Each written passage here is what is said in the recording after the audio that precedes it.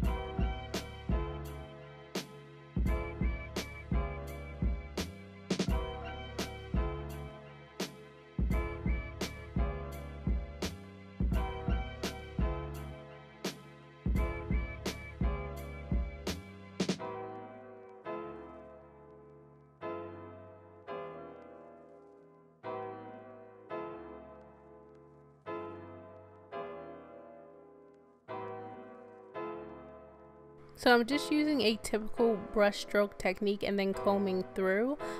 This is not really new to anybody, so I'm just kind of going to let you guys watch this because I think dyeing hair is kind of therapeutic when I watch other people do it. So if not, you guys can skip a couple minutes. It's only going to be like a couple minutes.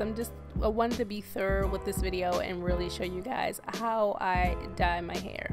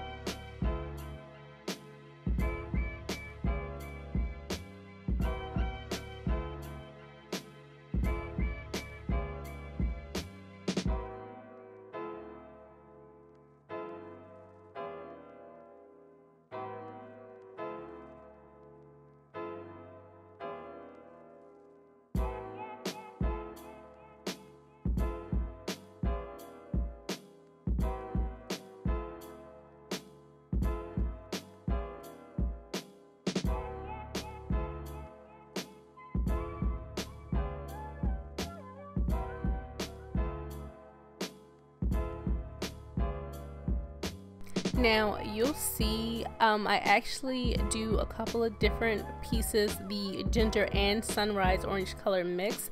This is so when I curl the hair, I kind of have like low lights in the curls as well.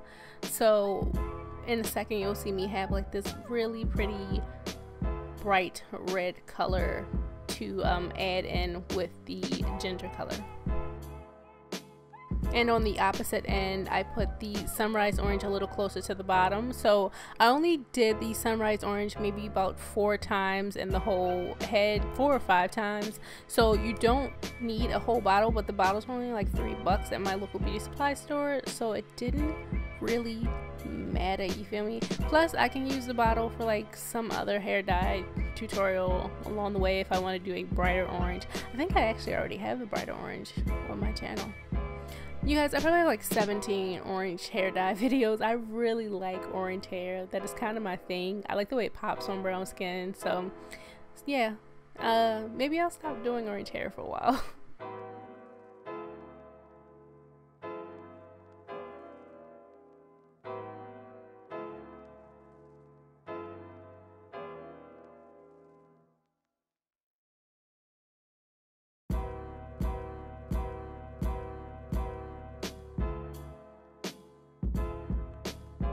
So basically, once you get to the top portion, you're going to want to make sure that little section you want to keep blonde is covered. You do not want any problems. So I put saran wrap and aluminum foil on that bad boy. I was not playing any games before we got into these roots. So as you guys can see, I'm using a darker brownish red color for the roots. It's called Cognac, I believe.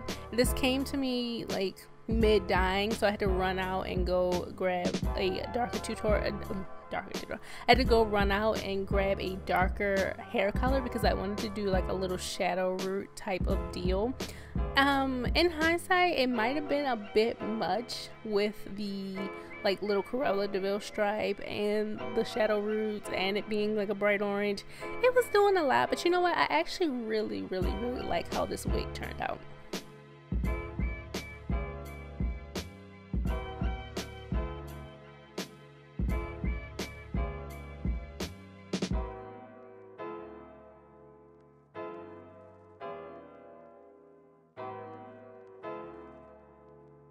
So here I'm just going to show you guys my technique when it comes to dyeing my frontals to make sure that the dye doesn't seep through and stain the frontal.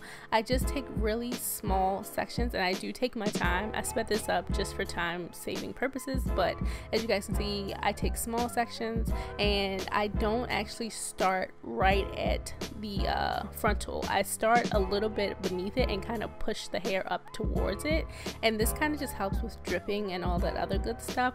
Also, make sure that your brush is not super like saturated in product. You don't need it dripping and gooping down and trying to slap dye onto your hair. It's just gonna make a mess. I guarantee you the dye is gonna fall in places you don't want it to. So just try to take a little amounts of dye and really take your time when it comes to detailing your frontals. It's very important.